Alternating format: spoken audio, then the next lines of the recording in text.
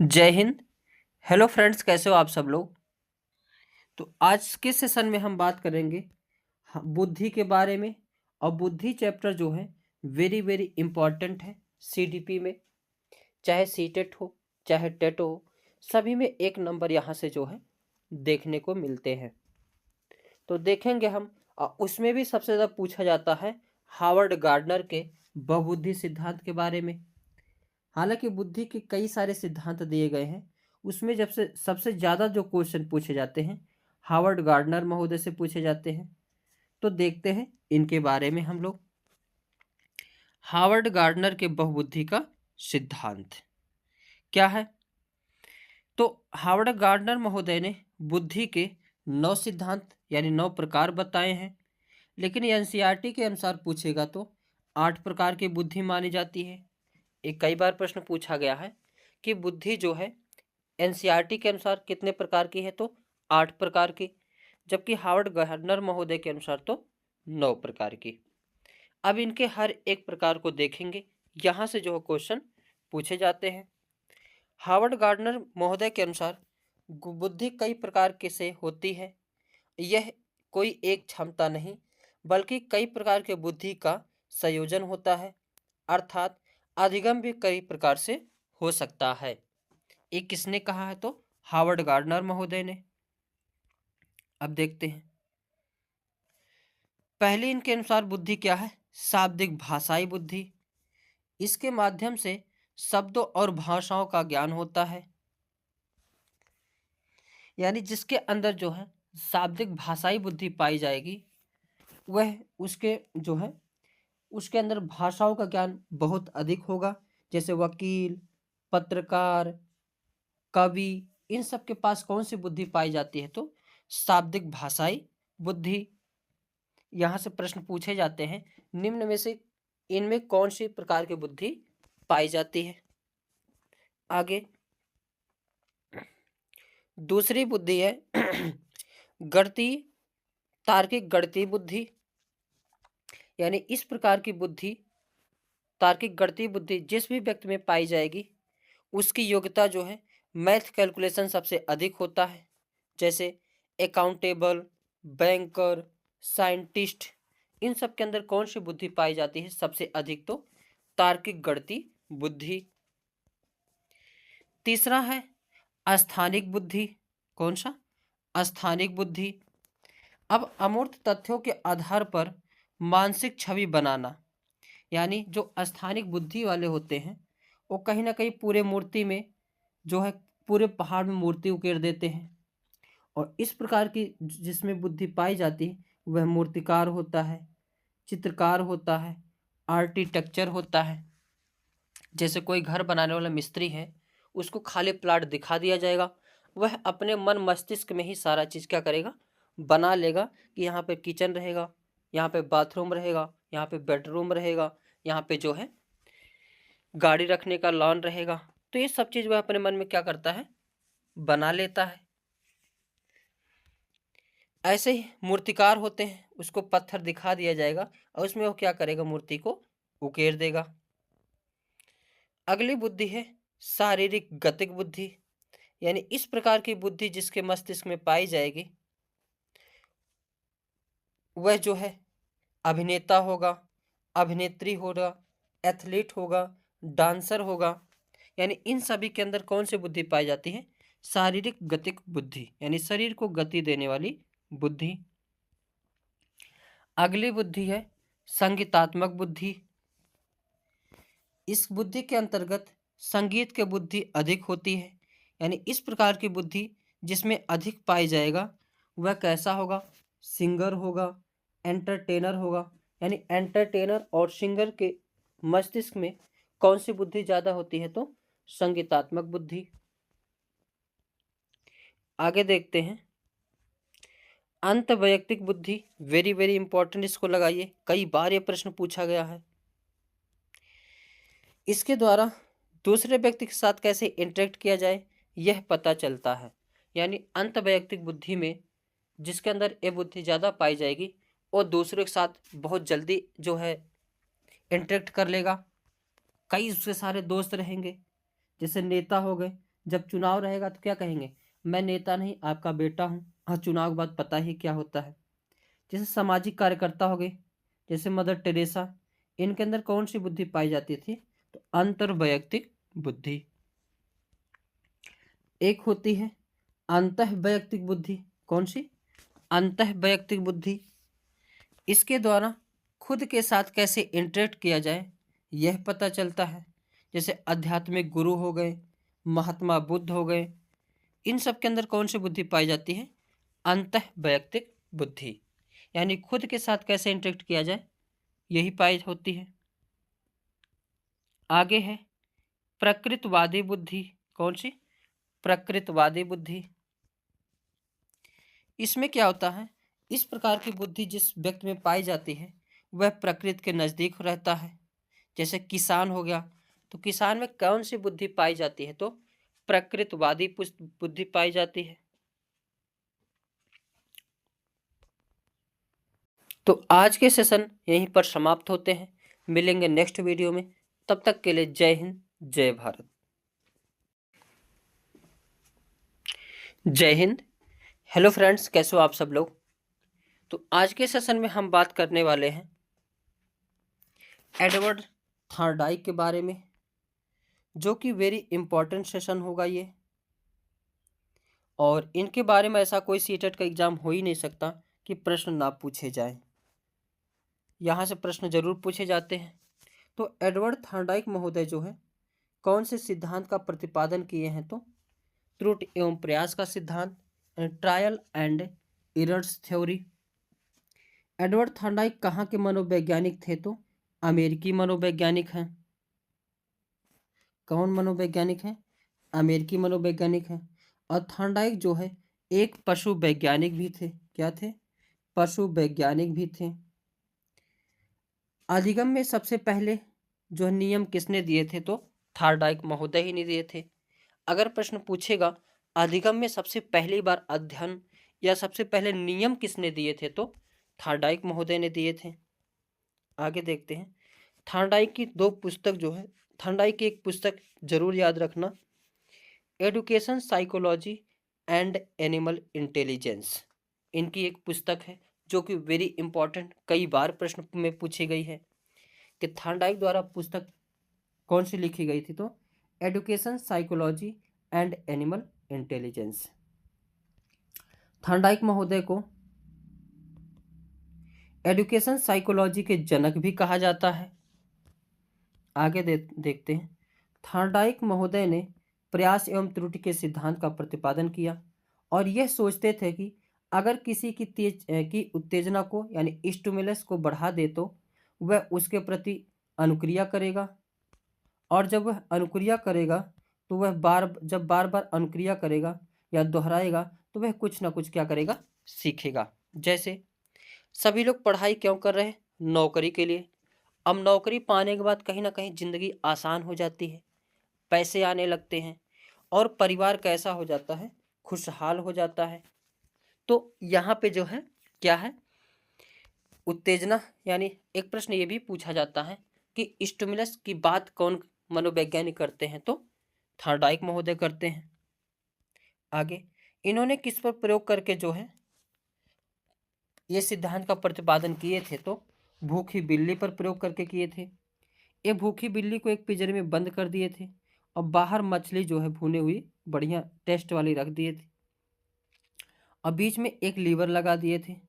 अब बिल्ली जब भूख के मारे इधर उधर तड़पती थी तो इसमें इधर उधर कूदती थी, अब कूदती रहती थी तो अचानक इसका पैर लीवर पर पड़ जाता था, जिससे उसे क्या जो है भोजन मिल जाता था। और यही क्रिया बहुत दिन तक किए, तो बिल्ली धीरे धीरे प्रयास करते करते जब उसका पैर लीवर पर पड़ता था तो उसे भोजन मिल जाता था। तो वह धीरे धीरे उसके समझ में आ गया कि जब मेरा पैर इस लीवर पर पड़ता है तभी हमको जो भोजन मिलता है। तो कुछ दिनों के बाद जब भी उसे भूख लगता था तो लीवर को दबा देती थी और भोजन को जो है वह खा लेती थी। यानी जब वो क्रिया करती थी तो लीवर पर पैर पड़ता था तो उसे भोजन मिलता था, यानी उत्तेजना मिलती थी, स्टिमुलस मिलता था, जिससे वह मोटिवेट होकर जो है और बढ़िया से इसको क्या करके सीखने लगे। इसी के प्रकार जो है स्किनर महोदय ने बताया कि जब किसी की उत्तेजना को बढ़ा देते हैं तो वह उस काम को जो है करने के लिए और तत्पर हो जाता है, और जब उस पर और ध्यान से काम करेगा तो उसमें कुछ ना कुछ वह जो है सीखता रहेगा। जैसे बिल्ली ने बार बार जो है इसमें दौड़ती रही, कूदती रही इधर उधर, तो अचानक उसका पैर पड़ा, तो उसके समझ में आया कि यानी जो है जब पैर पड़ा तो भोजन मिला, उसको मोटिवेशन मिला, इसलिए वह कूदती रहती थी, ताकि जो है और जब भोजन मिलता था तो उसको धीरे धीरे पता चल गया कि जो है इस लीवर से जो भोजन मिलता है।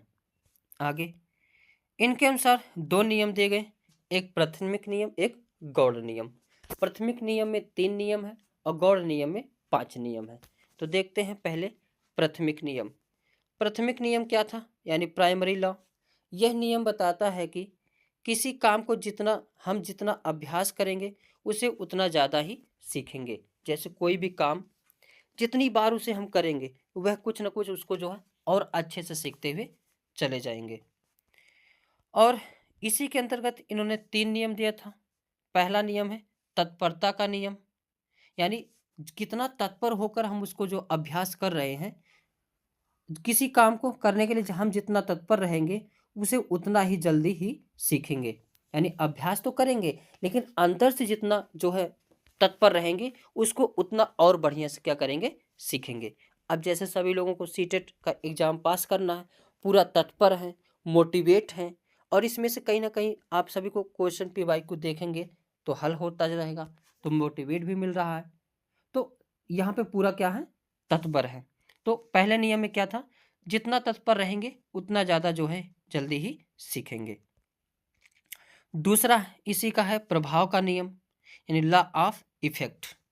यदि सीखना संतोषजनक हो तो सीखना तीव्र हो जाता है, और यदि सीखना असंतोषजनक हो तो सीखना संभव नहीं होता है।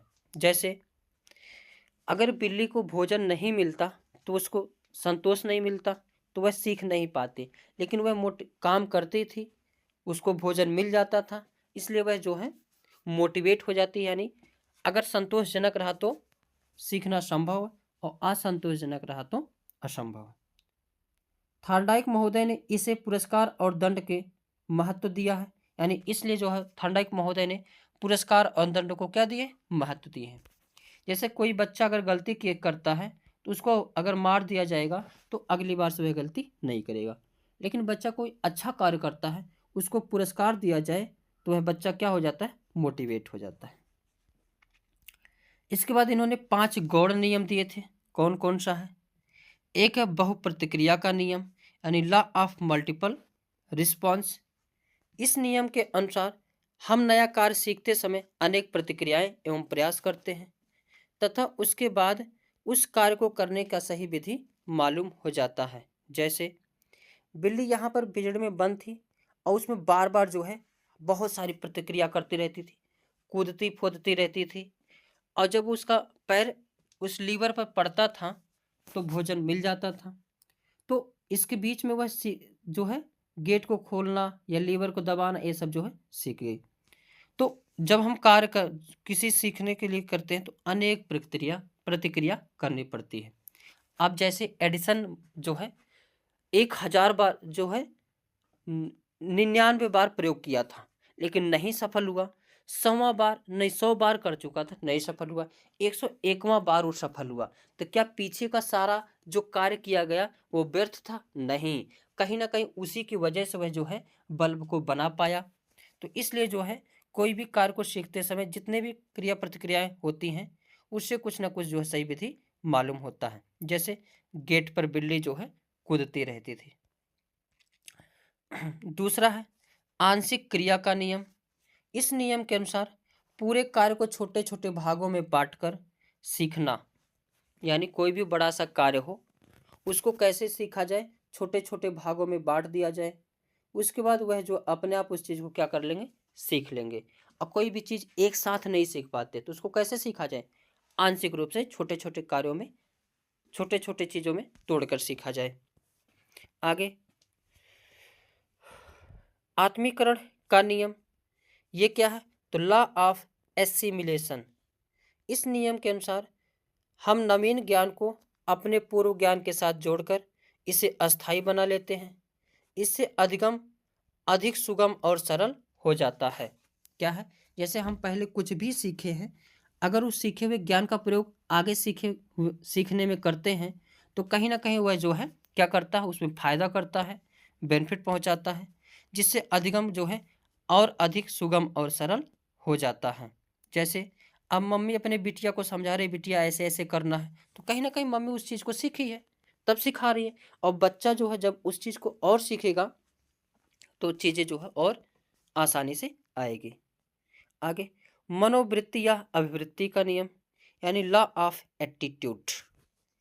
यह नियम हमें यह बताता है कि किसी काम को करने के लिए जितनी हमारी पॉजिटिव अभिवृत्ति होगी उतना ही ज़्यादा उस काम को सीखेंगे, और अगर अभिवृत्ति कम हुई तो उस काम को कम सीखेंगे। यानी हमारी जो मनोवृत्ति या अभिवृत्ति यानी लालसा जो है उसको सीखने के प्रति जैसा रहेगा उसी प्रकार जो है हम उसको जो है सीखेंगे। पॉजिटिव रहेगा तो अच्छा सीखेंगे और निगेटिव रहेगा तो नहीं सीख पाएंगे। आगे, साहचर्य का नियम, लॉ ऑफ एसोसिएटिव शिफ्टिंग। इस नियम का अभिप्राय है कि पहले की गई क्रिया को अन्य स्थिति में भी उसी प्रकार करना। जैसे अगर हम साइकिल चला रहे हैं तो मोटरसाइकिल सीखेंगे तो कहीं ना कहीं वो फायदा करेगा, तो ये क्या होगा? साहचर्य का नियम। जैसे हम अगर कार चरपहिया चला रहे हैं तो ट्रक को चलाने लगे तो कहीं ना कहीं वो जो है सीखने में मदद करेगा। अगर हम हिंदी पढ़ रहे हैं, संस्कृत को पढ़ेंगे तो कहीं ना कहीं वो भी क्या करेगा? मदद करेगा। तो इसे ही क्या कहा जाता है? सहचर अभिक्रिया का नियम। तो आज के सेशन में बस इतना ही। आशा है सभी को वीडियो अच्छा लगा होगा। मिलेंगे नेक्स्ट वीडियो में, तब तक के लिए जय हिंद, जय भारत। जय हिंद। हेलो फ्रेंड्स, कैसे हो आप सब लोग? तो आज के सेशन में हम बात करेंगे अल्बर्ट बंडूरा का सामाजिक अधिगम सिद्धांत के बारे में, यानी social learning theory of Albert Bandura. और ये भी वेरी इंपॉर्टेंट सेशन है सीटेट के लिए, यूपी टेट के लिए, क्योंकि यहाँ से जो है एक प्रश्न तो 100% देखने को मिलते हैं।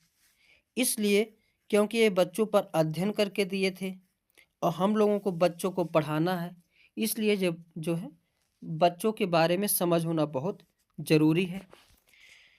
एक प्रश्न पूछा जाता है यही कि अल्बर्ट बंडूरा कहाँ के निवासी हैं? तो कनाडा के मूल निवासी हैं। और अल्बर्ट बंडूरा ने कौन से सिद्धांत का प्रतिपादन किए हैं? तो सामाजिक अधिगम का सिद्धांत का प्रतिपादन किए हैं। आगे, सामाजिक अधिगम सिद्धांत में बच्चा सामाजिक मान्य को अपनाता है और सामाजिक अमान्य को नकारता है। अब मेरी बात सुनिए, इनके अल्बर्ट बंडूरा के अनुसार बच्चे जो कुछ भी सीखते हैं समाज से ही सीखते हैं। अब एक समाज में जो चीज़ मान्य है उसको बच्चे अपनाते हैं और जो मान्य नहीं उसको नहीं अपनाते हैं। जैसे शादी से पहले मिलना अमान्य है तो फिर कोई नहीं इसको मान्य करता। सामाजिक रूप में जो है शादी के बाद मिलना जुलना घूमना टहलना मान्य है तो इसको क्या होता है? मान्य होता है। अब एक बच्चा अगर कोई घर पे है, कोई आया रिश्तेदार, अगर पैर या नमस्कार नहीं किया, पैर नहीं टच किया तो घर वाले मम्मी पापा खूब मारते हैं कि ऐसा क्यों किए, तो उस चीज़ को वह नहीं करता, अगली बार से जो है पैर को टच करता है। यानी समाज में जो मान्य व्यवहार है उसको अपनाता है और जो अमान्य व्यवहार उसको नकार देता है। एक किसने बताया है? तो अल्बर्ट बंडूरा महोदय। आगे देखते हैं इस सिद्धांत के अन्य नाम। ये भी प्रश्न कई बार पूछे गए हैं। इसे क्या कहा जाता है? अवलोकनात्मक सिद्धांत भी अधिगम का सिद्धांत कहा जाता है। अनुकरण करना, यानी बच्चा जो अनुकरण करके सीखता है समाज से, इसलिए इसे अनुकरण करना भी कहते हैं। मॉडलिंग करना यानी कॉपी करना, तो अवलोकन करके अधिगम किया जाता है तो अवलोकनात्मक सिद्धांत कहते हैं। अनुकरण करके बच्चा सीखता तो अनुकरण कहते हैं। आगे, ये कई बार प्रश्न पूछा गया है कि अल्बर्ट बंडूरा ने किस पर प्रयोग करके इस सिद्धांत का प्रतिपादन किए थे? तो बेबी डॉल पर किए थे। किस पर किए थे? बेबी डॉल पर। बेबी डॉल क्या था? एक जो है डॉल थी, डॉल तो सभी को पता है। इसमें एक बच्चा था, बच्चे को जो है 3 मूवी दिखाई गई थी और इस तीनों मूवी का नाम भी पूछा जाता है। कौन कौन सी मूवी है? एक प्यार वाली मूवी है, एक सामाजिक मूवी है और हिंसा वाली मूवी है। अब इन्होंने जब बच्चों को हिंसा वाली मूवी जो है प्यार वाली मूवी दिखाई तो बच्चों ने बेबी डॉल से प्यार किया, प्यार कर उठाया, खिलाया। और जब बच्चों को सामाजिक मूवी दिखाई गई तो बच्चा जो है सामाजिक रूप से डॉक्टर बन करके बच्चे का इलाज करने लगा, बेबी डॉल का इलाज किया। और जब बच्चे को हिंसा वाली मूवी दिखाई गई तो बच्चा हिंसात्मक हो गया और बेबी डॉल की गर्दन मरोड़ कर जो है तोड़कर बाहर फेंक दिया। तो इसी मूवी के आधार पर प्रयोग करने के बाद अल्बर्ट बंडूरा महोदय ने जो है यही सामाजिक अधिगम के सिद्धांत का प्रतिपादन किए कि बच्चा जो कुछ भी सीखता है समाज से ही सीखता है। ये भी वेरी इंपॉर्टेंट है। अल्बर्ट बंडूरा के अनुसार सीखने की कितनी जो है स्टेज होती हैं, ये प्रश्न कई बार पूछा गया है। तो 4 स्टेज होती हैं। कौन कौन सी? एक होता है अवधान यानी अटेंशन, दूसरा होता है धारणा यानी रिटेंशन, तीसरा होती है पुनर्उत्पादन यानी रिप्रोडक्शन और चौथा होता है मोटिवेशन यानी अभिप्रेरणा। अब इसको एक कहानी समझते हैं।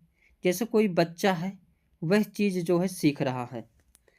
अब यहाँ से हम लेते हैं बच्चा घर में है, कोई रिश्तेदार आए, अब बच्चा उसका पैर टच नहीं किया तो घर वाले उसको खूब मारे, पीटे, क्यों टच नहीं किया। बड़ों से जो है नमस्कार किया जाता है। तो बच्चा क्या किया, इस पे अटेंशन किया, अवधान किया। और जब पापा या मम्मी उसे मारे तो अगली बार से वह सजग हो गया और जब भी कोई आता था रिश्तेदार तो वह क्या करता था, नमस्कार करता था। यानी उस चीज़ को यह बच्चा क्या कर लिया, धारण कर लिया। और जब नमस्कार किया तो उसको टॉफ़ी वगैरह मिलने लगा। बच्चा बहुत खुश हो गया, अरे वाह बड़े फायदेमंद है।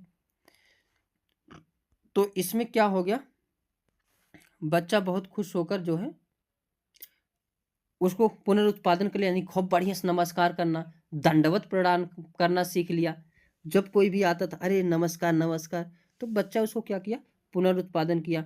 और उससे और टॉफी मिली और मोटिवेशन मिला, शाबाश बेटा बहुत अच्छा बेटा है।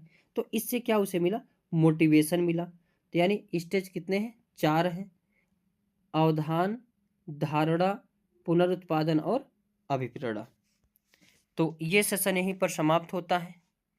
और जो है अच्छा एक पॉइंट और इसमें देख लेते हैं, अधिगम को प्रभावित करने वाले कारक कौन कौन से कारक होते हैं? बालक की योग्यता, निश्चित उपदेश, परिपक्वता, परिवार, समाज, वातावरण, शिक्षक का व्यवहार, सीखने की इच्छा, ये सभी क्या करती हैं, जो है उसको जो है अधिगम को प्रभावित करती है। क्या करती है, अधिगम को प्रभावित करती है। तो आज के सेशन में बस इतना ही, मिलेंगे नेक्स्ट वीडियो में। तब तक के लिए जय हिंद, जय भारत। जय हिंद। हेलो फ्रेंड्स, कैसे हो आप सब लोग? तो आज के सेशन में हम बात करने वाले हैं वाइगोत्स्की के सामाजिक सांस्कृतिक सिद्धांत के बारे में। ये अपने आप में वेरी इंपॉर्टेंट सेशन है क्योंकि यहाँ से बहुत सारे प्रश्न जो है एग्जाम में देखने को मिलते हैं। जैसे वाइगोत्स्की हो गए, जीन पियाजे हो गए, स्किनर हो गए, ऐसे कई 5-6 जो मनोवैज्ञानिक वेरी वेरी इंपॉर्टेंट हैं, जहाँ से प्रश्न जरूर आते हैं। तो इसको स्टार्ट से करने से पहले कुछ बातें बता दें।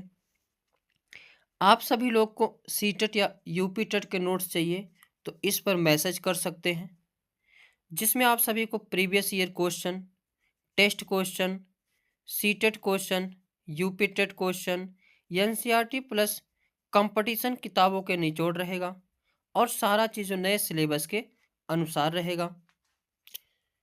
और इसको आप सभी लोग देखने के बाद 100% जो है सफलता निश्चित है। अगर नहीं विश्वास हो तो इस सेशन को पूरा कंप्लीट देख लेना। इसके बाद जो है जो है वाइगोत्स्की महोदय के पीवाई को हल करना। कहीं ना कहीं सारे क्वेश्चन को आप सभी लोग आसानी से कर लेंगे। तो चलते हैं और चैनल को सब्सक्राइब कर लें, क्योंकि सभी को जो है यूपी जो है सीटेट का जो है पेपर का तैयारी आप सभी को इस यूट्यूब चैनल पर मिल जाएगा। लगभग 60 से 65 वीडियो बनाएंगे और भी छोटा छोटा वीडियो रहेगा, और कहीं ना कहीं उसको देखने के बाद आप सभी लोग सीटेट में कि पेडागोजी में बहुत अच्छे नंबर जो है प्राप्त कर सकते हैं सीडीपी में। और कहीं ना कहीं जो है पेडागोजी अपने आप में महत्वपूर्ण भूमिका निभाती है। 30 नंबर तो पेडागोजी खुद का आती ही आती है। दोनों लैंग्वेज में 15-15 नंबर की पेडागोजी आती है। 30 नंबर ये हो गया। मैथ में भी 15 नंबर की पेडागोजी आती है, तो 45 नंबर ये हो गए। यानी 30-30 60 5 65 जो है 65 नंबर आप सभी का जो है आसानी से तैयार हो जाएंगे 65 वीडियो देखने पर, ये मान सकते हैं। तो कहीं ना कहीं ये बहुत ही इम्पॉर्टेंट है सीडीपी अपने आप में सीटेट में। तो चलते हैं देखते हैं आज के इस सेशन को, वाइगोत्स्की के सामाजिक सांस्कृतिक सिद्धांत के बारे में, यानी वाइगोत्स्की सोशियो कल्चरल थ्योरी। एक प्रश्न ये भी पूछा जाता है कि सामाजिक सांस्कृतिक सिद्धांत का प्रतिपादन किसने किया, तो वाइगोत्स्की महोदय किए हैं। और वाइगोत्स्की हमेशा 2 वर्ड याद रखना, अगर जड पीडी कहीं दिख जाए, क्या दिख जाए, जड पीडी शब्द दिख जाए, सामाजिक शब्द दिख जाए, कौन सा, सामाजिक शब्द दिख जाए, यम के ओ शब्द दिख जाए, क्या दिख जाए, यम के ओ शब्द दिख जाए, तो हमेशा देखते ही आंसर किसे लगा देना है, वाइगोत्स्की महोदय को लगा देना है। ये शार्ट ट्रिक है, याद रखना।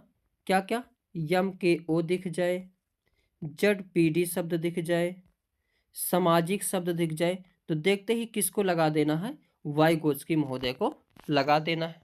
आगे, वाइगोत्स्की महोदय कहाँ के निवासी हैं, तो ये भी प्रश्न पूछा जाता है। तो रूसी मनोवैज्ञानिक है।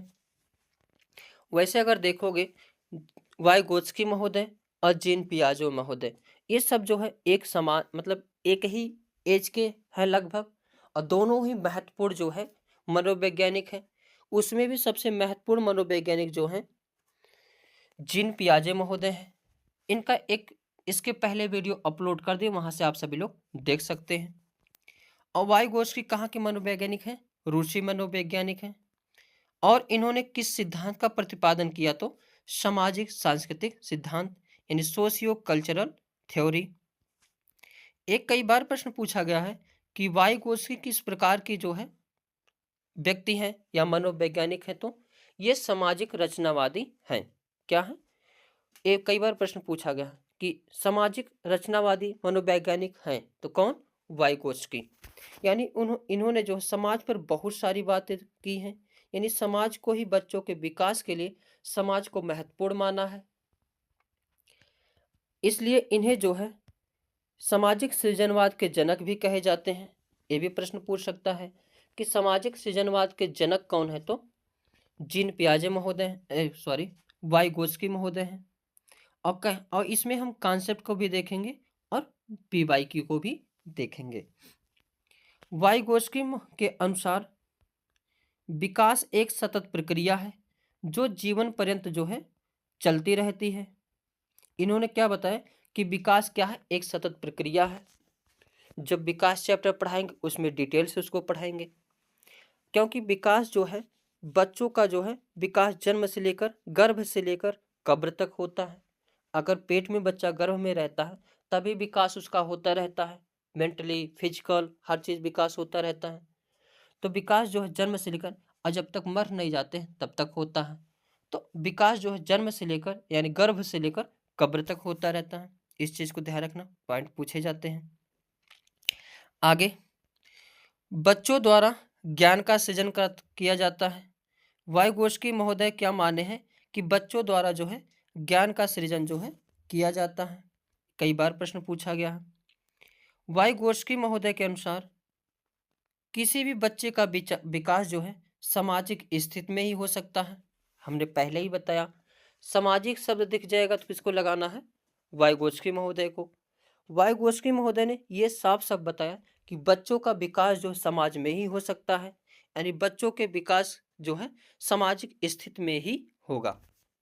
आगे देखते हैं, इन्होंने इस सिद्धांत के अनुसार अपने समाज और संस्कृति से अंतःक्रिया करके सीखते हैं। इन्होंने बताया कि बच्चे जो कुछ भी सीखते हैं अपने समाज से, अपनी संस्कृति से, जो है अपनी भाषा से, जो अंतःक्रिया करके सीखते हैं।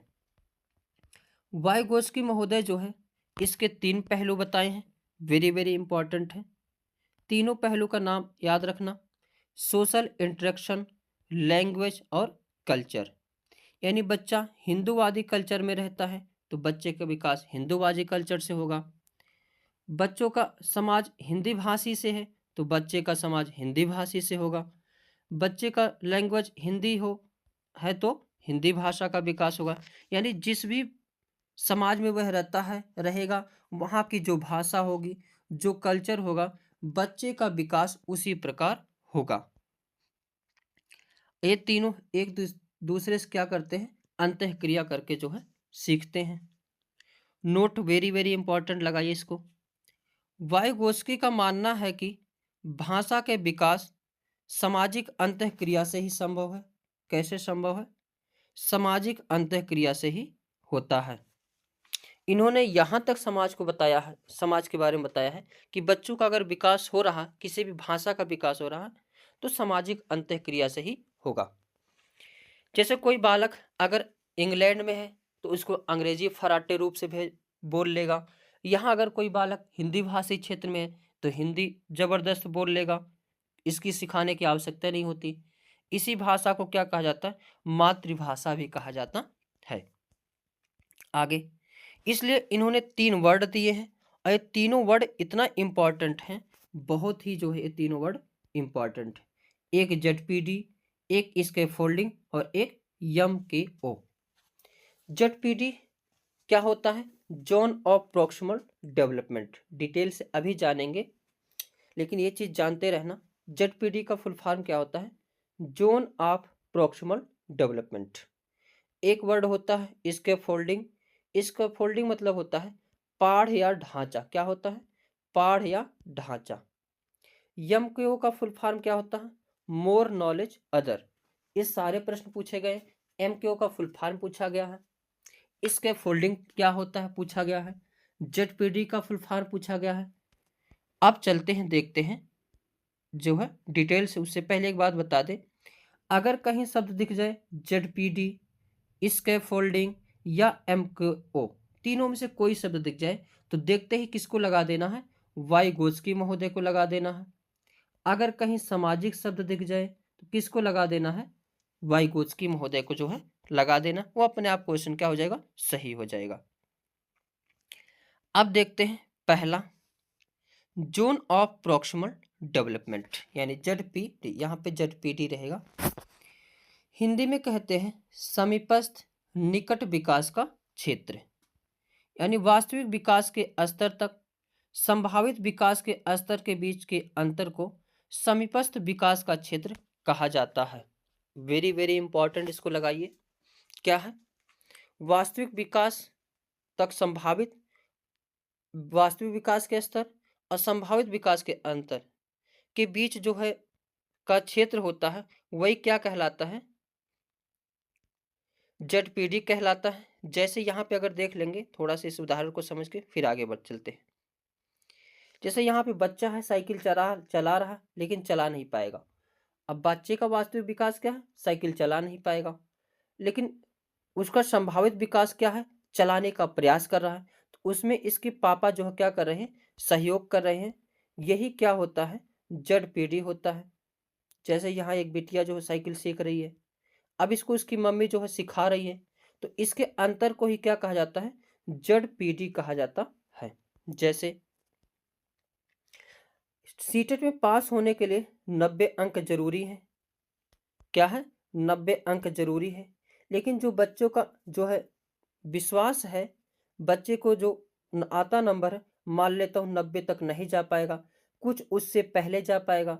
लेकिन हमारे वीडियो देख करके या विजय सर के सहयोग से वह बच्चा 120 नंबर पा गया, यानी किसी के सपोर्ट से 120 नंबर पा गया। तो बीच का जो गैप है, यही क्या कहलाता है? ZPD कहलाता है। यानी उसका वास्तविक विकास कितना है?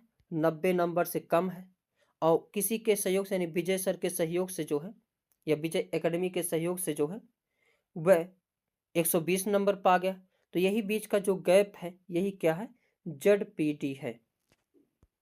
आगे दूसरा वर्ड देखते हैं, MKO। क्या है, MKO दूसरा वर्ड है MKO।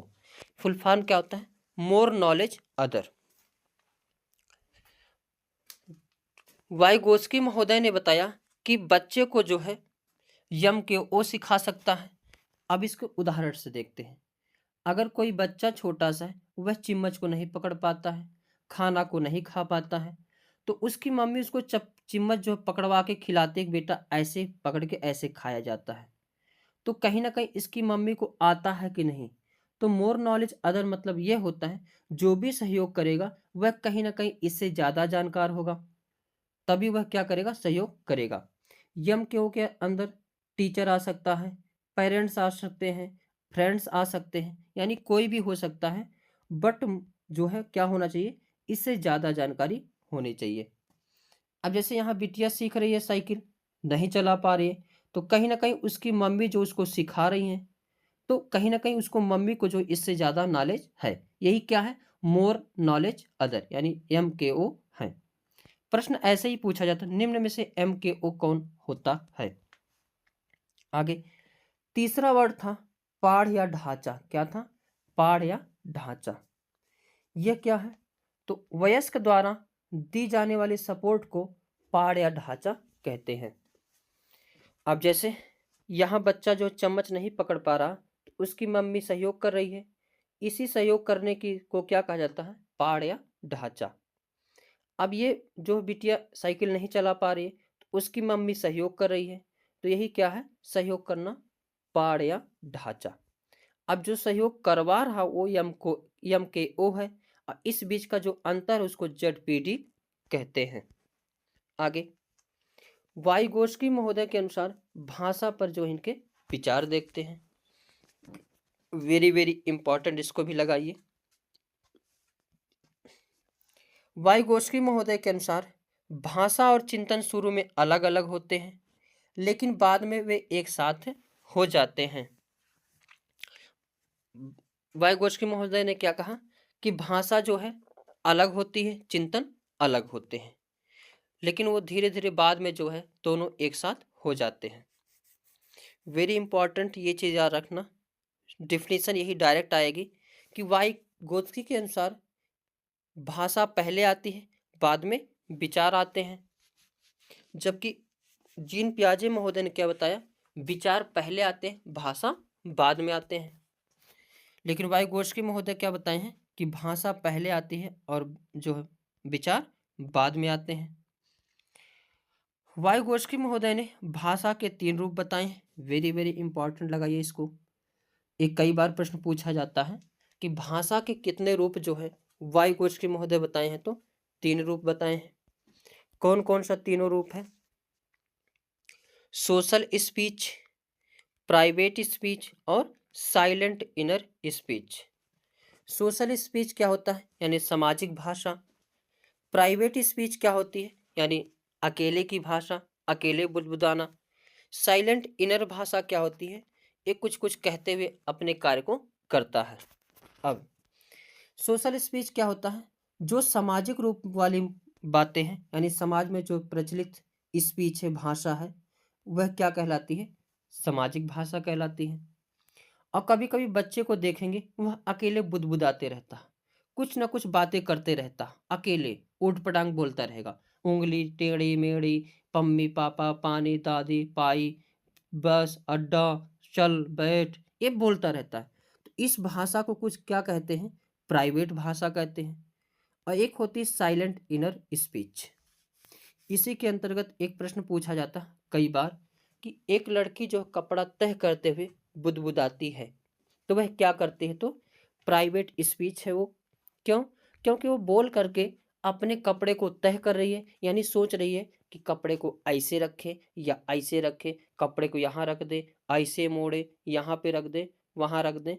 तो ये कौन सी भाषा होती है, प्राइवेट स्पीच होती है। एक है साइलेंट इनर स्पीच, यानी बच्चा जो है जब अकेले कुछ ना कुछ गुनगुनाता रहता है, मस्त रहता है।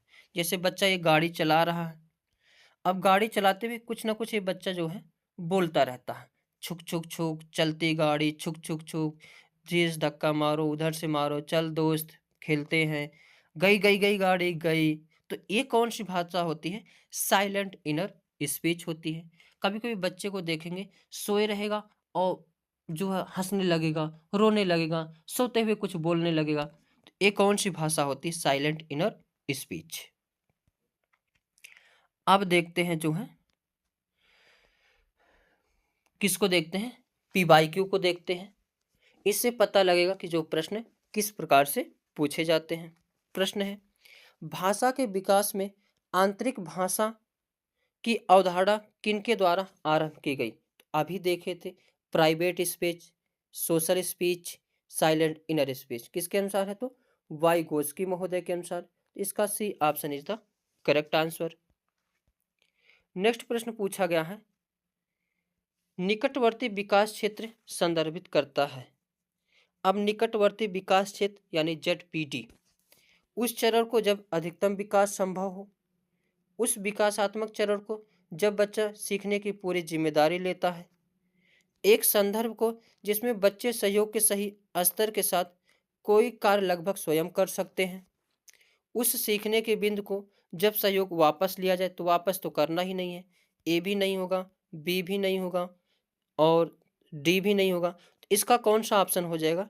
सी option is the correct answer हो जाएगा। अभी हमने बताया था कोई बालक पढ़ता है 90 नंबर से कम ला सकता है, लेकिन विजय एकेडमी जो है यूट्यूब चैनल से पढ़ा या विजय सर से सीधी भी पढ़ लिया, वह 120 नंबर पा गया। तो 120 नंबर जो है पा गया, तो इसी बीच का जो गैप होता है उसी को क्या कहते हैं? ZPD, निकटवर्ती विकास का क्षेत्र कहते हैं। इसका क्या होगा? C option is the correct answer. यहाँ पास होना नहीं, टारगेट होना चाहिए 120 प्लस। आगे प्रश्न है, लेव वाइगोत्स्की के अनुसार आधारभूत मानसिक क्षमताओं को मुख्य रूप से किसके द्वारा उच्चतर संज्ञानात्मक प्रक्रियाओं में बदला जाता है? अब देखो यहाँ पे आए हैं लेव वाइगोत्स्की महोदय, तो संज्ञानात्मक विकास से संबंधित तो जीन पियाजे महोदय, लेकिन ये प्रश्न लेव वाइगोत्स्की के अनुसार पूछ रहा है। तो हमने क्या बताया है, लेव वाइगोत्स्की के लिए हमेशा याद करना क्या? सामाजिक शब्द। क्या याद करना? सामाजिक शब्द। पुरस्कार दंड तो स्किनर महोदय हैं, अनुकूलन से तो जो है स्किनर महोदय हैं, उद्दीपन क्रिया कुछ नहीं। तो इसमें क्या हो जाएगा? Option A is the correct answer, सामाजिक पारस्परिक क्रिया, क्योंकि वाइगोत्स्की का इसमें नाम दिया गया है। आगे नेक्स्ट प्रश्न पूछा गया था, ये सब PYQ है प्रश्न। मौखिक संवाद जो बच्चे अपने आप से करते हैं उन्हें वाइगोत्स्की क्या कहते हैं? तो अब क्या है, अपने आप से बच्चा बातें कर रहा तो भ्रांत वार्ता नहीं, समस्यात्मक नहीं, अहम केंद्रित नहीं। अहम केंद्रित वर्ड तो किस में आता है? जीन पियाजे महोदय में आता है, लेकिन यहाँ वाइगोत्स्की नाम शब्द आ गया है। तो इन्होंने 3 भाषा की बातें की, प्राइवेट, साइलेंट और सोशल। तो यहाँ पे क्या हो जाएगा? प्राइवेट स्पीच यानी व्यक्तिगत वार्ता, यानी ए option is the correct answer. Next प्रश्न देखते हैं, लेव वाइगोत्स्की के अनुसार संज्ञानात्मक विकास का मूल कारण क्या है? तो इसके अभी एक क्वेश्चन पहले भी आ गया था, संतुलन नहीं, क्योंकि लेव वाइगोत्स्की नाम लिया गया है। संतुलन शब्द दिखेगा तो जीन पियाजे को मारना है। उद्दीपन ए भी नहीं, ये भी नहीं। तो इसका B option is the correct answer हो जाएगा, यानी सामाजिक अन्योन क्रिया, क्योंकि लेव वाइगोत्स्की महोदय ने बताया कि बच्चे का सभी प्रकार के विकास जो है समाज से ही होता है। तो इसका B option is the correct answer. Next question है, जोन ऑफ प्रॉक्सिमल डेवलपमेंट यानी ZPD क्या है? ZPD का प्रत्यय किसने दिया है? अभी हमने ट्रिक बताया था, ZPD शब्द दिख जाए तो किसको लगा देना? वाइगोत्स्की महोदय को लगा देना। इसका D option is the correct answer. Next प्रश्न है, निकटस्थ विकास के क्षेत्र की अवधारणा का प्रस्ताव किसने रखा? तो अभी हमने बताया ZPD के कौन है? वाइगोत्स्की महोदय। तो B option is the correct answer.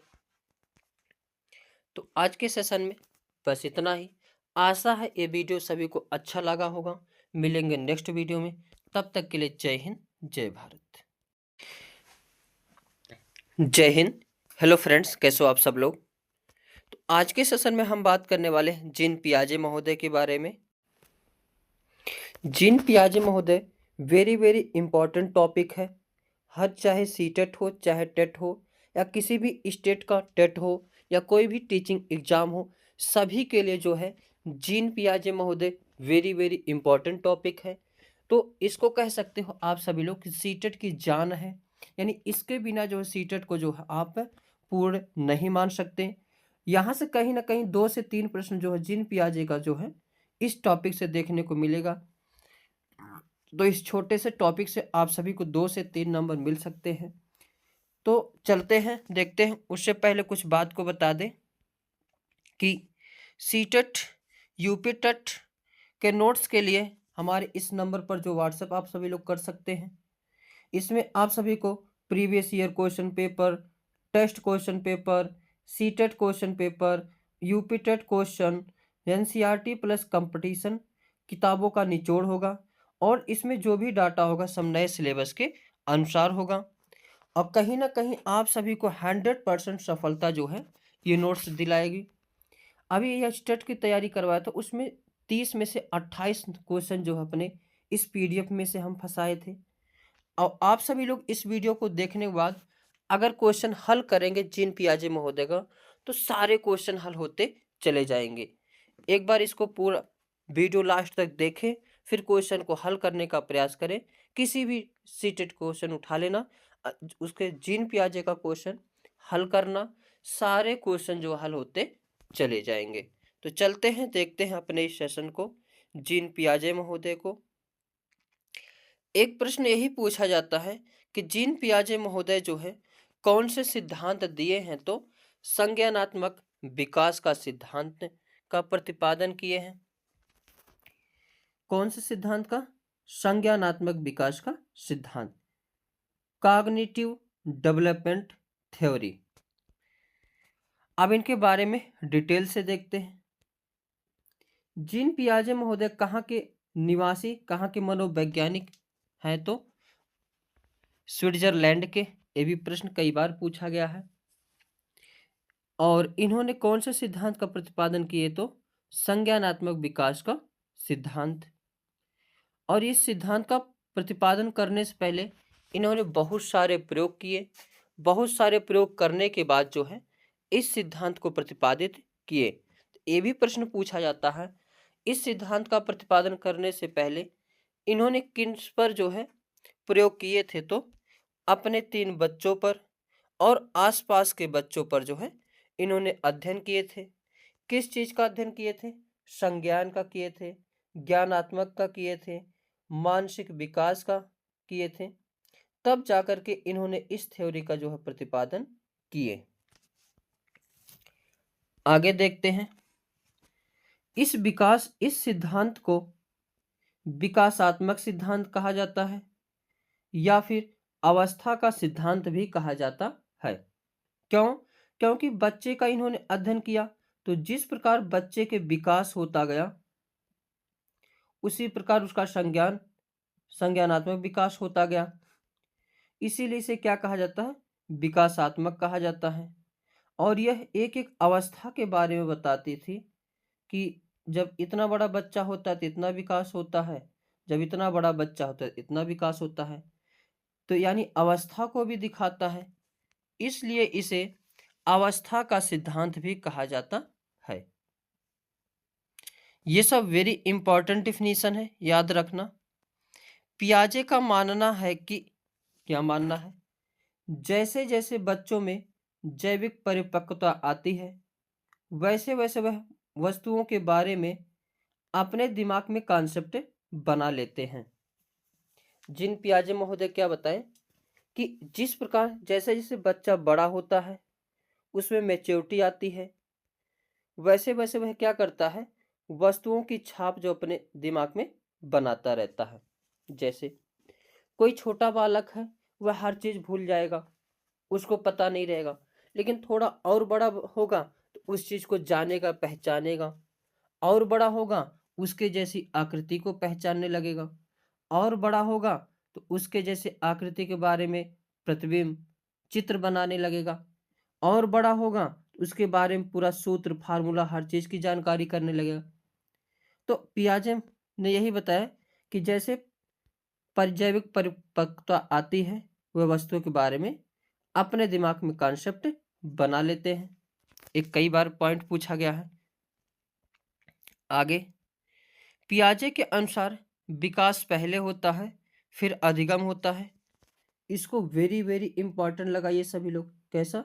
Very very important लगाइए। ये इतनी बार जो है क्वेश्चन पूछा गया है कि पियाजे के अनुसार विकास पहले होता है या अधिगम। तो पियाजे के अनुसार जो है विकास पहले होता है, फिर क्या होता है? अधिगम। इसको याद कैसे करेंगे? याद करने में कठिनाई होती है, तो इसको इस प्रकार याद करना कि जो है बच्चे जो है जीन पियाजे महोदय बच्चों के विकास से संबंधित अध्ययन किए। उसके बाद कॉन्सेप्ट के बारे में बताएं कि विकास जैसे जैसे होता जाता है कॉन्सेप्ट बनता जाता है। तो इसी के अनुसार कह सकते हो कि जीन पियाजे के अनुसार क्या होगा? पहले विकास होगा। जबकि यहीं अगर वाइगोत्स्की महोदय होते तो वो पहले बताए थे अधिगम होता है। इन दोनों में बराबर लड़ाई चलती रहती है। अब लड़ाई का मतलब एडुकेशन में, शिक्षा से, वार्तालाप से। आगे, जीन पियाजे महोदय एक परिभाषा दिए हैं, डिफिनीशन दिए हैं, जो कि वेरी वेरी इंपॉर्टेंट। इसको लगाइए, मोस्ट इंपॉर्टेंट ये डिफिनीशन है। क्या है? बच्चे सक्रिय ज्ञान निर्माता तथा नन्हे वैज्ञानिक हैं जो संसार के बारे में अपने सिद्धांतों की रचना करते हैं। बच्चे जो है पियाजे महोदय बच्चे को जो बहुत बड़ी शक्ति माने। हालांकि चाहे आरटी 2009 हो, चाहे एनसीएफ 2005 हो, चाहे या नीपी 2020 हो, सभी लोग जो है बच्चों को सर्वोपरि मानते हैं। और आप लोग ये सभी बात ध्यान रखना, जब भी एग्जाम देने जाना है हमेशा बच्चे के प्रति ही सोच के आंसर देना, तो आंसर गलत नहीं होगा। तो बच्चे सक्रिय ज्ञान निर्माता है, यानी बच्चे जो अपने हिसाब से सब कुछ चीज जो है ग्रहण करते हैं, हर चीज सीखते हैं, अपने अनुसार ही सीखते हैं। और इनके अंदर कोई ना कोई हमेशा गुण रहता है। जैसे वैज्ञानिक कुछ ना कुछ खोज करते रहते हैं, ऐसे ही बच्चे जो हैं नन्हे वैज्ञानिक होते हैं, कुछ ना कुछ खोज करते रहते हैं। अपने आसपास बच्चों को देखे होंगे, बच्चा कभी कभी ऐसे ऐसी भाषा बोल देता है, आप सभी लोग सोच के दंग रह जाएंगे, अरे इसके दिमाग में भाषा आया कहाँ से? ऐसी ऐसी बातें बोल देता है कि समझ में ही नहीं आता ये बातें कहाँ से बोल रहा है। ऐसा ऐसा चीज बना देता है, आप लोग सोच ही नहीं सकते अरे ये बनाया कैसे। तो जीन पियाजे का मानना जो है सही है। आगे, और ये बच्चे जो है संसार के बारे में अपने सिद्धांतों की रचना करते हैं। आगे, अब इसमें देखेंगे concept of cognitive development. Very very important, इसको भी लगाइए। हर एक पॉइंट इसका वेरी इंपॉर्टेंट है। अगर पी बाई क्यू हल करेंगे तो समझ में आ जाएगा, सारे पॉइंट यहाँ से बहुत ज़्यादा प्रश्न पूछे गए हैं। अब कॉग्निटिव डेवलपमेंट जानने से पहले कुछ वर्ड को जान लेते हैं। पहला वर्ड क्या है? अनुकूलन, यानी अडॉप्टेशन। अनुकूलन क्या होता है? ये कई बार पूछा गया है, सबको बहुत कंफ्यूजन होती है। तो वातावरण के अनुसार अपने आप को ढालना अनुकूलन कहलाता है। इसकी दो प्रक्रिया होती है। क्या है? वातावरण के साथ अपने आप को ढाल लेना क्या कहलाती है? अनुकूलन। जैसे आप सभी लोग कहीं स्कूल में गए, अब टीचर है मारने वाला, गुस्सैल है, अब बच्चे भी वैसे ही पुराने वाले हैं, लेकिन अपने आप को उसमें ढाल नहीं पा रहे हो। तो अगर उसमें उस वातावरण के साथ अपने आप को उसी प्रकार बना लो, गुस्सैल जैसा, बच्चों के समान जैसा, तो वहां पे क्या हो जाएगा? यही क्या है? अनुकूलन होता है। जैसे कोई बच्चा छोटा सा होता है, उसके पास टेडी बियर रहता है, तो वह जान नहीं पाता ये है क्या। तो वह अपने मन में विचार बना लेता है कि चलो ये कोई बात नहीं, ये ऐसे खिलौना है, ये ऐसे पड़ा रहता है। आगे दूसरा एक वर्ड आता है आत्मसातकरण। क्या है? आत्मसातकरण। ये चीज को ध्यान रखना। पूर्व ज्ञान को नए ज्ञान के साथ जोड़ना क्या कहलाता है? आत्मसातकरण कहलाता है, या कहीं मिलेगा आत्मसातीकरण मिलेगा। यानी पहले जो मन मस्तिष्क में बनाए हो उस ज्ञान को नए ज्ञान के साथ जोड़ लेना। अब जैसे अगर स्कूल जाना है तो पहले से स्कूल में बना ले, मस्तिष्क में बन जाता है कि चलेंगे वहाँ पढ़ेंगे, दोस्त यार पता नहीं कैसे होंगे, कई सारे दोस्तों को बनाएंगे, टीचर से जो है बोलेंगे, बहुत सारे सवाल पूछेंगे। ये सब मस्तिष्क में क्या बनाते हैं, जो है ये मस्तिष्क में हम लोग विचार करते हैं, और इसी को जब स्कूल में पहुंचते हैं तो वहां पे देखते हैं और उसके साथ कुछ रिलेट करते हैं, तो यही क्या कहलाता है? आत्मसातीकरण कहलाता है, यानी एसिमिलेशन कहलाता है। जैसे बच्चे के पास टेडी बियर बचपन में था, लेकिन थोड़ा और बड़ा हुआ तो पास में कुत्ता ला ला दिया गया खेलने वाला। अब जब इस कुत्ता आया तो सोचा चलो, पहले तो हमारे पास टेडी बियर थे, अब एक कुत्ता भी आ गया, तो अपना जो पुराना विचार था, यानी एक के साथ चलो दोनों के साथ रहेंगे, तो यही क्या कहलाता है? एसिमिलेशन। यानी पूर्व ज्ञान को नए ज्ञान के साथ जोड़ना आत्मसातकरण कहलाता है। तीसरा पॉइंट याद रखना, समायोजन। यह क्या है? समायोजन। समायोजन यानी एकोमोडेशन। पूर्व ज्ञान में परिवर्तन करके वातावरण के साथ तालमेल बिठाना समायोजन कहलाता है। अब बचपन में जब बच्चा टेडी बियर लिया था, कुत्ता आया तो बोला ठीक है चलो ये तो कुत्ता है कुत्ता है, लेकिन बाद में उसे एक बिल्ली दिख गई सफेद में की। अब बिल्ली बोल रही थी म्याऊ म्याऊ। अब बच्चा बोला मम्मी मम्मी ये तो कुत्ता बोल रहा है। तो मम्मी ने समझा नहीं बेटा, एक कुत्ता नहीं है, एक बिल्ली है जो म्याऊ म्याऊ करती है। तब उसके दिमाग में जो कुत्ते का भाव था उसमें परिवर्तन किया और सोचा कि चलो सफेद रंग में बिल्ली भी होती है लेकिन वह म्याऊ म्याऊ करती है, जबकि कुत्ता कैसे करता है? भौं भौं करता है। और वहीं टेडी बियर कुछ नहीं बोलता था। तो जो पूर्व ज्ञान में परिवर्तन, पूर्व ज्ञान था उसमें परिवर्तन किया और वह सोच लिया चलो सफेद जो है कुत्ता भी होता है, सफेद बिल्ली भी होती है, लेकिन बिल्ली म्याऊ म्याऊ कहती है। तो ये क्या होता है? समायोजन यानी एकोमोडेशन। एक होता है साम्य धारण या संतुलन। वेरी वेरी इंपॉर्टेंट है ये सारे पॉइंट। एंड इक्विलिब्रेशन, इसके द्वारा बच्चा आत्मसातीकरण और समायोजन की प्रक्रियाओं के बीच संतुलन कायम करता है। जैसे बच्चा जब बचपन में था टेडी बियर के साथ तो उसे कोई दिक्कत नहीं, लेकिन जब बिल्ली आए तो सोचा एक कुत्ता है। तो मम्मी ने समझाया नहीं बेटा एक कुत्ता नहीं बिल्ली है। तो वह मन में विचार बनाया होगा चलो सफेद बिल्ली भी होती है और उसमें जो वो बिल्ली लेकिन म्याऊ म्याऊ करती है। तो यही क्या है? संतुलन बनाना है कि ऐसे ही बिल्ली भी हो सकती है। तो इसके द्वारा बच्चा आत्मसातीकरण और समायोजन की प्रक्रियाओं के बीच संतुलन कायम करता है। आगे एक वर्ड है स्कीम्स। क्या है? स्कीम्स। स्कीम्स क्या होता है? अनुभव या व्यवहार को संगठित करने की ज्ञानात्मक संरचना है।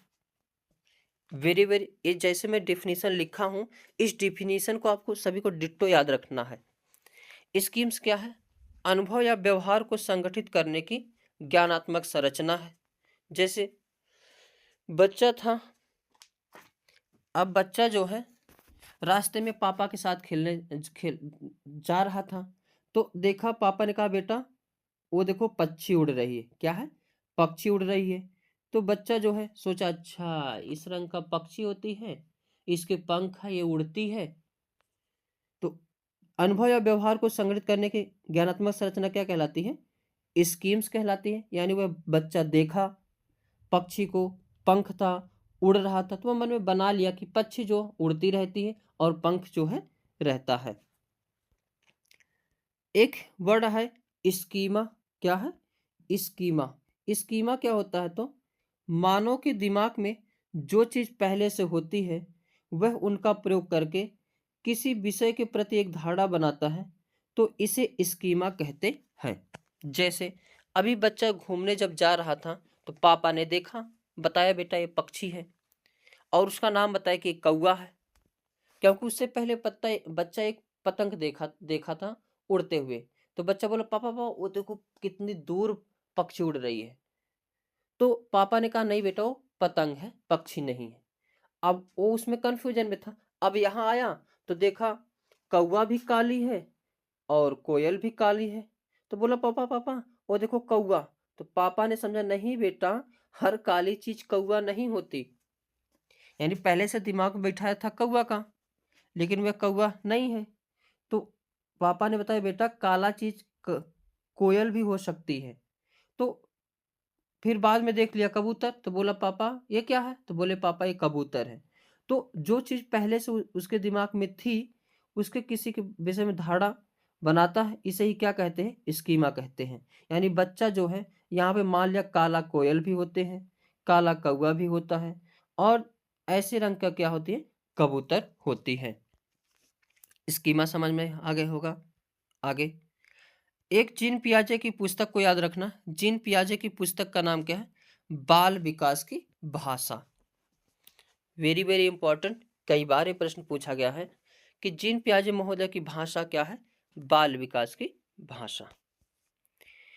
अब आगे देखते हैं, जीन पियाजे के अनुसार संज्ञानात्मक विकास की अवस्थाएं कितनी अवस्था है, 4 अवस्था है। इसको मोस्ट इंपॉर्टेंट लगाइए। वही तो कह रहा हूँ, जीन पियाजे एकदम वेरी इंपॉर्टेंट है। इसको क्या लगाना, मोस्ट इंपॉर्टेंट लगाना। हर एक पॉइंट यहाँ का आप सभी को क्या करना है, ध्यान रखना है। पियाजे के अनुसार संज्ञानात्मक विकास की कितनी अवस्थाएं होती हैं, तो 4 अवस्था होती है। इस चीज को ध्यान रखना। पहली अवस्था क्या होती है, संवेदी पेशी अवस्था होती है, यानी सेंसरी मोटर स्टेज। दूसरी कौन सी होती है, पूर्व संक्रियात्मक अवस्था होती है, जो 2 से 7 वर्ष तक के बालकों में पाई जाती हैं, यानी प्री ऑपरेशनल स्टेज। तीसरी होती है मूर्त संक्रियात्मक अवस्था, यानी कॉन्क्रीट ऑपरेशनल स्टेज, जो 7 से 11 वर्ष तक होती हैं। और चौथी होती है औपचारिक संक्रियात्मक अवस्था, जो कि 11 से 15 वर्ष तक के बालकों में पाई जाती है, यानी फॉर्मल ऑपरेशनल स्टेज। अब एक एक के बारे में डिटेल से देखते हुए चलेंगे। पहली क्या है, संवेदी पेशी अवस्था, यानी अगर बच्चा बालक जो है 0 से 2 वर्ष तक का है तो वह बच्चा किस अवस्था में है, संवेदी पेशी अवस्था। इस अवस्था में बच्चा अपनी ज्ञानेंद्रियों के माध्यम से सीखता है। अब 5 ज्ञानेंद्रिय होती हैं, ये सभी को पता होगा। कौन कौन सी 5 ज्ञानेंद्रियां होती हैं, तो आँख, कान, नाक, जीभ और त्वचा। तो कितनी ज्ञानेंद्रियां होती हैं, 5। इस स्टेज में बच्चा इसी 5 द्वारा ही सीखता है। अब देखते हैं, और इसमें एक पॉइंट ध्यान रखना, वेरी वेरी इंपॉर्टेंट है। जब बच्चा संवेदी पेशी अवस्था में होता है तो इसमें वस्तु अस्थायित्व का गुण आ जाता है। कई बार प्रश्न पूछा गया है कि वस्तु अस्थायित्व का गुण किस स्टेज के बच्चों में पाया जाता है, तो पहले ही स्टेज के बच्चों में पाया जाता है। यानी बच्चा अपने दिमाग में वस्तुओं की छाप बनाना शुरू कर देता है, जिससे वह छिपी हुई वस्तु को भी ढूंढ लेता है। अगर छोटे बच्चों को आप देखेंगे, उसको चाबी बहुत पसंद होता है। चाबी कहीं भी रख देंगे वो बच्चा जरूर चाबी को ढूंढ लेगा। तो वस्तु अस्थायित्व का गुण किस स्टेज में आ जाता है, तो संवेदी पेशी अवस्था में ही आ जाता है। दूसरी अवस्था है पूर्व संक्रियात्मक अवस्था। ये 2 से 7 वर्ष तक के बालकों में पाया जाता है। इसका इंग्लिश भी ध्यान रखना, क्योंकि डायरेक्ट इंग्लिश ही वर्ड दे दिया जा रहा आजकल एग्जाम में, हिंदी वर्जन नहीं दिया जा रहा। तो प्री ऑपरेशनल स्टेज, यह क्रिया करने से पहले की अवस्था है। इसमें बच्चा सामने आने वाली चीजों को देख पाएगा लेकिन कोई क्रिया नहीं कर पाएगा। यानी दूसरी अवस्था कौन सी है, पूर्व संक्रियात्मक अवस्था। इसमें बालक कितनी उम्र तक आता है, 2 से 7 वर्ष तक। यानी इस स्टेज में बच्चा जो है जीन पियाजे महोदय के अनुसार हर चीज़ देख पाएगा लेकिन कोई क्रिया नहीं कर पाएगा। हालांकि इन पे जो बहुत सारे विवादित टिप्पणी भी हैं, लेकिन उसको नहीं पढ़ना है क्योंकि हमें वही देखना है जो एग्जाम में आएगा। क्योंकि आप सभी लोग ही सोच सकते हैं 7 साल का बच्चा तो सब कुछ कर लेता है। आगे ये जो दूसरी स्टेज का बच्चा होता है, इसमें निम्न गुण पाए जाते हैं, वेरी वेरी इंपॉर्टेंट है। पहला क्या है? जीववाद का गुण पाया जाता है, यानी एनिमिज्म का गुण पाया जाता है। अब जीववाद क्या होता है? तो जब बच्चा सजीव और निर्जीव वस्तुओं में अंतर नहीं कर पाता है, उसे जीववाद कहा जाता है। जैसे अगर बच्चा गिर जाता है, चोट लग जाती है, तो मम्मी पापा बहकाने के लिए आते हैं, ये दीवार मार दी, लो पट पट, धरती माँ तुम्हें मार दी, लो पट पट। तो बच्चा हंसने लगता है, यानी बच्चा जानता है कि धरती माँ को मारा गया, वो भी रो रही है अब। तो जीववाद का गुण किस में पाया जाता है? दूसरे स्टेज में, जो है पूर्व संक्रियात्मक अवस्था में। इस अवस्था में अहम केंद्रित का भी गुण पाया जाता है, यानी पूर्व संक्रियात्मक अवस्था में जीववाद को गुण, अहम केंद्रित का गुण भी पाया जाता है। तो अहम केंद्रित क्या होता है? यानी ईगो सेंट्रिज्म है। यानी जब बच्चा यह सोचना शुरू कर देता है कि वह जो कुछ भी कर रहा है या सोच रहा है सब ठीक है और वही सब करे। यानी बच्चा जो कुछ भी खा रहा सब वही खाए, बच्चा जो कुछ भी सोच रहा सब वही सोचे। इस यही गुण क्या कहलाता है? अहम केंद्रित का गुण कहलाता है। जैसे किसी पार्टी में अगर बच्चा आइसक्रीम खा रहा है तो सबको सोचेगा सब लोग आइसक्रीम ही खाएं, दुनिया में जितने लोग हैं सब लोग क्या खाएं? आइसक्रीम खाएं। और बच्चा जो कुछ भी कहेगा वो सोचेगा दुनिया में सब लोग यही मेरी ही बात सोचें। तो यही क्या होता है? अहम केंद्रित का होता है। अहम केंद्रित का गुण किस में पाया जाता है? पूर्व संक्रियात्मक अवस्था में पाया जाता है। आगे पूर्व संक्रियात्मक अवस्था में अपलटावी का गुण नहीं पाया जाता है। अपलटावी का गुण पाया जाता है, यानी उलटना पलटना नहीं जानता है। अपलटावी मतलब पलट ना पाना। इसमें बच्चा वस्तुओं, संख्याओं, समस्या आदि को उलटना पलटना नहीं सीखता। यानी दूसरी स्टेज में, यानी पूर्व संक्रियात्मक अवस्था में बच्चे को अगर कहा जाए 4+6 = 10 और 6+4 पूछ लिया जाएगा तो वो नहीं बता पाएगा, यानी अपलटावी का गुण नहीं पाया जाता है। आगे इस स्टेज में मुद्रा संप्रत्यय, यानी पूर्व संक्रियात्मक अवस्था में मुद्रा संप्रत्यय, दूरी, भार, ऊंचाई संरक्षण, क्रम निर्धारण की योग्यता आदि के कॉन्सेप्ट में कमी पाई जाती है। वेरी वेरी इंपॉर्टेंट है, पूछा जाता है कि मुद्रा कॉन्सेप्ट की कमी किस में पाई जाती है? तो पूर्व संक्रियात्मक अवस्था में। दूरी पूर्व संक्रियात्मक अवस्था में।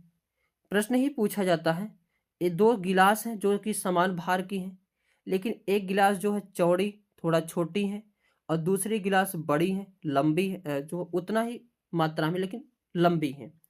तो बालक किस गिलास को उठाएगा? लंबी वाली गिलास को उठाएगा। अगर बच्चे को 100 रुपए की नोट दिया जाए, 10 रुपए 20 रुपए का सिक्का दिया जाए तो बच्चा सिक्का उठाएगा, यानी मुद्रा संप्रत्यय का गुण नहीं पाया जाता है। बच्चे को अगर स्कूल से घर ले जाएंगे, घर से स्कूल ले जाएंगे तो बच्चा अकेले घर से स्कूल से घर नहीं आ पाएगा, यानी उसे दूरी का संरक्षण नहीं प्राप्त है। यानी पूर्व संक्रियात्मक अवस्था में मुद्रा संप्रत्यय, दूरी, भार, ऊंचाई संरक्षण, क्रम निर्धारण योग्यता में कमी पाई जाती है, कॉन्सेप्ट में कमी पाई जाती है। इस बच्चे में, यानी पूर्व संक्रियात्मक अवस्था के बच्चों में जो है केंद्रीकरण का गुण पाया जाता है। केंद्रीकरण का गुण पाया जाता है। अब केंद्रीकरण क्या होता है? जब बच्चा किसी वस्तु की सारी विशेषता को छोड़कर केवल एक विशेषता पर ध्यान देता है, यही क्या कहलाता है? केंद्रीकरण कहलाता है। जैसे अगर बच्चा मोबाइल पा गया तो मोबाइल में बहुत सारी चीजें होती हैं लेकिन वह किसी चीज को नहीं करेगा, केवल खोलेगा गेम, केवल गेम खेलेगा। इसीलिए इस स्टेज को जो है पढ़ाई के लिए बहुत ही इम्पोर्टेंट माना जाता है, महत्वपूर्ण माना जाता है, क्योंकि इसमें बच्चा जिस भी चीज पे ध्यान लगाता है उसको बहुत अच्छी तरह क्या करता है, सीखता है।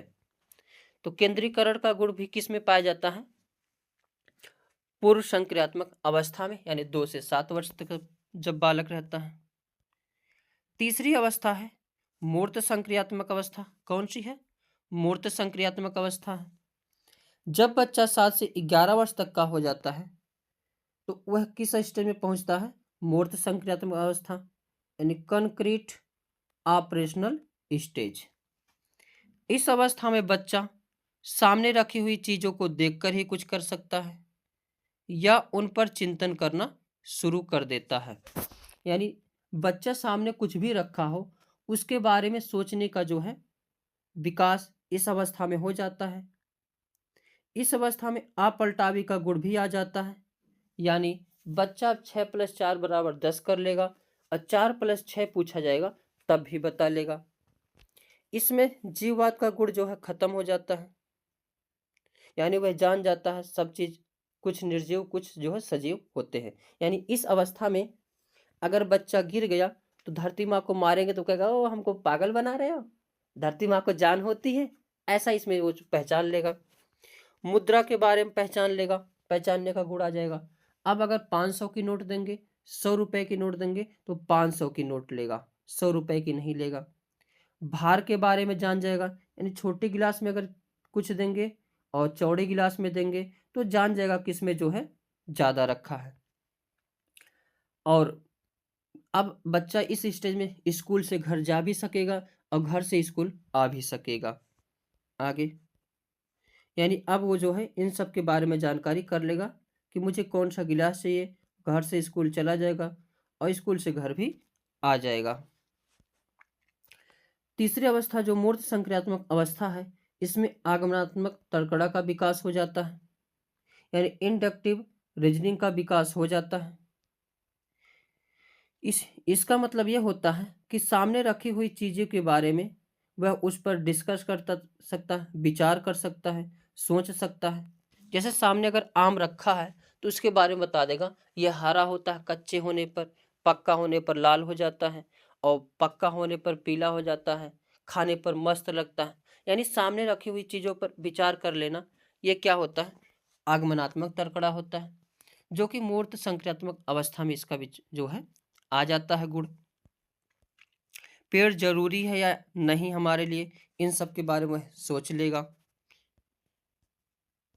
चौथी अवस्था और अंतिम अवस्था है औपचारिक संक्रियात्मक अवस्था। यह 11 से 15 वर्ष तक के बालकों में पाई जाती है। फॉर्मल ऑपरेशनल स्टेज, इंग्लिश भी याद रखना, चौथी है क्या, फॉर्मल ऑपरेशनल स्टेज।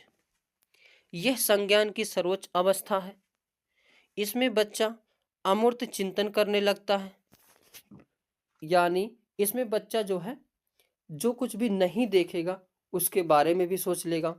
अब इसमें बच्चा सोच सकता है कि जो हमारे आने वाले साथी होंगे वो कैसे होंगे, अच्छे होंगे, सुंदर होंगे, उनके बाल बड़े होंगे, आँख नयन मछली की तरह होगी।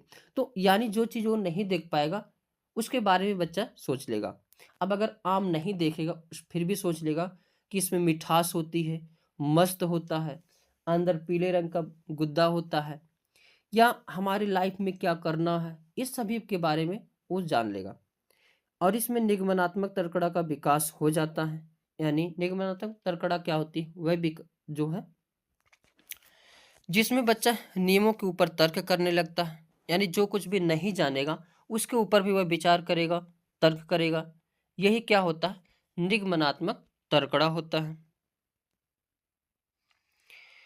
जैसे बच्चा ये सोच सकता है कि पेड़ जरूरी है या नहीं, वह सोचेगा पेड़ से हमें ऑक्सीजन मिलती है, जिससे हमें उसे ऑक्सीजन से हम अंदर ग्रहण करते हैं, ऑक्सीजन को सांस लेते हैं जिससे हम जी सकते हैं। और भी बहुत सारी सोच सकता है, यानी जो कुछ भी वो नहीं देखेगा उसके बारे में वो क्या कर सकता है, सोच सकता है। आगे अब देखते हैं कुछ क्वेश्चन को, PYQ है ये सब। प्रश्न है, कोई प्रश्न 5 साल की लड़की एक शर्ट को तय करते हुए अपने आप से बात करती है। लड़की द्वारा प्रदर्शित व्यवहार के संदर्भ में निम्नलिखित में से कौन सा कथन सही है? अब ये थोड़ा सा हार्ड क्वेश्चन आ गया है। तो जीन पियाजे और लियोवाल्स्की इसकी व्याख्या बच्चों के विचारों की अहम केंद्रित प्रकृति के रूप में करेंगे। बी ऑप्शन है। जीन पियाजे इसे अहम केंद्रित कहेंगे और लियोवाल्स्की इसकी व्याख्या बच्चे के द्वारा निजी भाषा से अपनी क्रियाओं को नियमित करने की प्रयासों के रूप में करेगा। तो यही बी जो है क्या है, सही है। एक बार बार क्वेश्चन पूछा गया है कि लड़की तह करते हुए आप सभी लोग भी कपड़ा जब तह करते हो तो कुछ ना कुछ बोलते रहते हो, गुनगुनाते रहते हो। तो ये क्या है, जीन पियाजे के अनुसार वह कौन सी भाषा प्रयोग करता है, अहम केंद्रित का, और लेव वाइगोस्की के अनुसार निजी भाषा यानी प्राइवेट लैंग्वेज का। आगे नेक्स्ट प्रश्न है, जीन पियाजे द्वारा परिभाषित वह अवस्था जहां संज्ञानात्मक विकास बालक की इंद्रियों के प्रयोग से तथा बाहरी दुनिया का पता लगाने के प्रयासों से होता है। अभी हमने बताया इंद्रियों से कौन सा होता है, ज्ञानेंद्रिय अवस्था यानी सेंसरी मोटर स्किल। इसका A option is the correct answer हो जाएगा। नेक्स्ट प्रश्न है, जीन पियाजे के सिद्धांत का प्रमुख प्रस्ताव है कि, क्या प्रस्ताव है, वेरी वेरी इंपॉर्टेंट, इसको लगाइए। बच्चों की सोच वयस्कों से बेहतर होती है, नहीं। बच्चों की सोच मात्रात्मक रूप से वयस्कों से भिन्न होती है, नहीं। बच्चों की सोच वयस्कों से भिन्न होती है, नहीं। क्या है ये डेफिनेशन, वेरी वेरी इंपॉर्टेंट लगाइए इस प्रश्न को। कई बार प्रश्न पूछा गया है कि बच्चों के सोच गुणात्मक रूप से वयस्कों से क्या होती है, भिन्न होती है। तो इसका C option is the correct answer. Next प्रश्न है, पियाजे के अनुसार संज्ञानात्मक विकास की तृतीय अवस्था निम्न में से कौन सी है? अब तृतीय अवस्था पूछा है, औपचारिक अवस्था तो चौथी होती है, पूर्व संक्रियात्मक अवस्था तो दूसरी अवस्था है, संवेदनात्मक अवस्था तो पहली अवस्था है, तो तीसरी कौन सी है, मूर्त संक्रियात्मक अवस्था, यानी C option is the correct answer. Next प्रश्न पूछा गया है, जीन पियाजे की संज्ञानात्मक विकास की अवस्थाओं के अनुसार जिसे पूर्व प्रत्यात्मक काल के रूप में जाना जाता है, निम्न में से किस संबंध है? तो पूर्व प्रत्यात्मक काल इंद्रिय से नहीं, मूर्त संक्रियात्मक से नहीं, औपचारिक से नहीं। तो इसका C option is the correct answer हो जाएगा, यानी पूर्व संक्रियात्मक अवस्था से। तो आज के सेशन में हमने कॉन्सेप्ट को देखा, पी बाई क्यू को देखा। इससे पता लग गया होगा कि क्वेश्चन किस प्रकार से बनते हैं। अब इस सेशन को देखने के बाद आप सभी लोग क्वेश्चन को हल कर सकते हैं। जीन पियाजे सारे क्वेश्चन आसानी से जो है हल होते चले जाएंगे। तो आज के लिए बस इतना ही, मिलेंगे नेक्स्ट वीडियो में। तब तक के लिए जय हिंद, जय भारत।